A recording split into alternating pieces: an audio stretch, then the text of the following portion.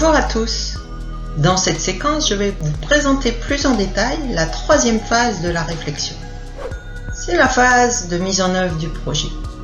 À ce stade, vous savez vers quoi vous souhaitez vous diriger. Et puis vous avez déjà posé pas mal de choses en mettant en place votre stratégie et le plan d'action associé. Bref, c'est le moment de passer à la réalisation. C'est maintenant que vous allez vous appuyer sur votre expertise pour très concrètement réaliser votre projet. Votre expertise, c'est votre valeur ajoutée. Cependant, il est important de ne pas tout miser dessus au risque de passer à côté de votre projet. Dans cette phase, j'aborde deux aspects qui sont indissociables de la réalisation: la communication et le suivi de projet. Tout d'abord, la communication. Comme on fait rarement un projet tout seul, votre projet s'inscrit dans un environnement professionnel particulier. Cet environnement que vous avez identifié lorsque vous avez précisé votre objectif. Et si vous voulez que votre projet ait l'impact attendu, votre communication ne doit surtout pas être négligée. Il serait dommage de passer à côté d'un rendez-vous quel qu'il soit, juste parce que vous avez été déstabilisé par une question de votre interlocuteur, faute de préparation. Parce que oui, la communication, ça se prépare. Pour construire votre communication, je vous propose deux axes complémentaires. Le premier axe consiste à préparer votre argumentaire.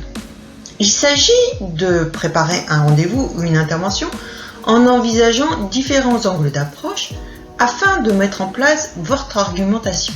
Ainsi, en anticipant les attentes de votre interlocuteur, vous allez valoriser au mieux votre proposition. Le deuxième axe consiste à savoir se présenter.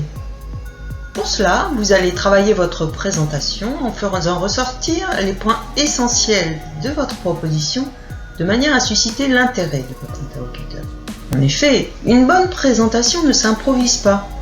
Elle nécessite de prendre du temps pour arriver à une présentation fluide qui vous ressemble. Au travers de ces deux axes, il s'agit d'approfondir des points que vous avez certainement déjà envisagés dans votre réflexion. Et puis bien sûr, il y a le suivi de votre projet.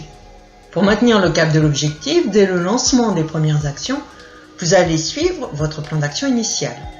Pour cela, vous allez mettre en place un suivi de projet efficace que vous allez pouvoir compléter par un ou plusieurs bilans intermédiaires et un bilan final.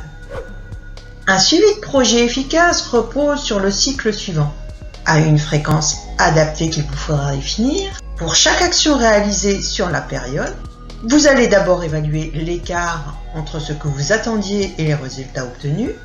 Ensuite, vous allez décider de l'ajustement à prévoir pour maintenir le cap de l'objectif. Et enfin, vous pourrez planifier les actions suivant l'ajustement prévu. Et ainsi de suite, jusqu'à l'atteinte de l'objectif général de votre projet. En parallèle, faire un bilan à certains moments clés de votre projet peut être intéressant. Par exemple, un bilan intermédiaire peut permettre de relancer la dynamique du projet. En fait, le bilan peut être utilisé à deux niveaux. En bilan intermédiaire, pour approfondir le suivi de projet et faire ressortir des axes d'amélioration. En bilan final, pour capitaliser sur l'expérience acquise. Voilà pour un aperçu rapide de ces deux points que l'on a parfois tendance à laisser de côté. En suivant cette démarche, assurez une communication efficace. C'est comme ça que vous éviterez de passer à côté d'une opportunité.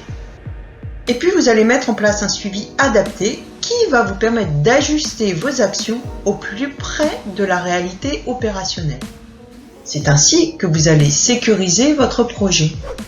Comme vous avez pu vous en rendre compte au travers des différentes séquences présentées, mettre en place votre évolution professionnelle nécessite une véritable réflexion avec un peu de méthode. La semaine prochaine, je vous présenterai la démarche projet Equipro Coach que j'ai créée pour vous accompagner dans votre réflexion. Merci de votre écoute et à très bientôt.